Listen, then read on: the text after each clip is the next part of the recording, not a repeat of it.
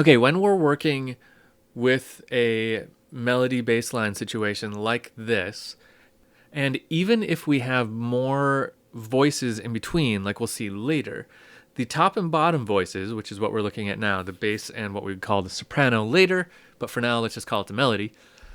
We really want these to outline the chords, especially in the cadences.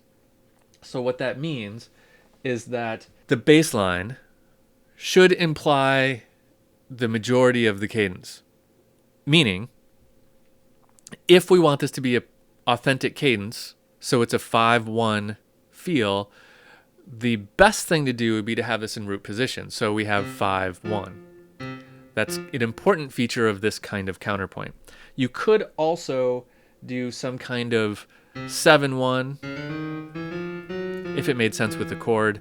So this went 7-1. That would make the bass line be very influential over the chord. We don't want this on the fifth of the chord, for example, because that's not going to really push it. We really want those tendencies in the bass line and the melody line for the cadence. Now, this particular case wouldn't work. This E is in the bass line, or is in the chord, but it's also in the melody, and that would make for a gnarly parallel octave situation right there. So we don't want that. So this is 5-1, and that's great. That's going to make for a great, perfect, authentic cadence because it's going to be root position 5-1, and having that 5-1 in the bass is important in this style.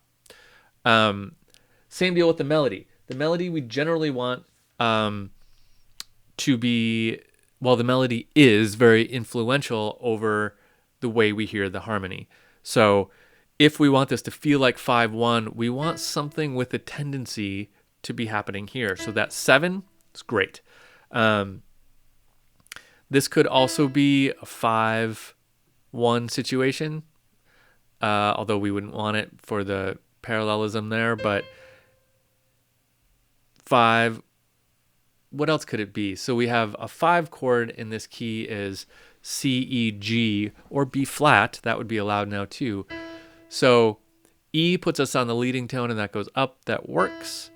C is going to make us the 5-1. That's going to work well. That's also a tendency tone. C, E, G works less strongly here because it doesn't really influence the chord a ton, because that's just going to make a 5th with the bass line. C, G, so it's just going to feel like a 5th. It's not going to really give us any kind of real pull towards that cadence. And the B flat is going to make for a leap of a 4th, and that's not a real strong tendency either. So we want to make sure we have those tendency moments leading into the bass line, especially when we only have 2 voices.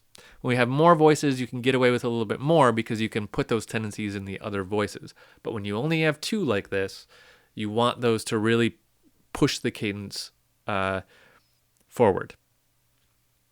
Cool. So that's why we're talking about cadences right now.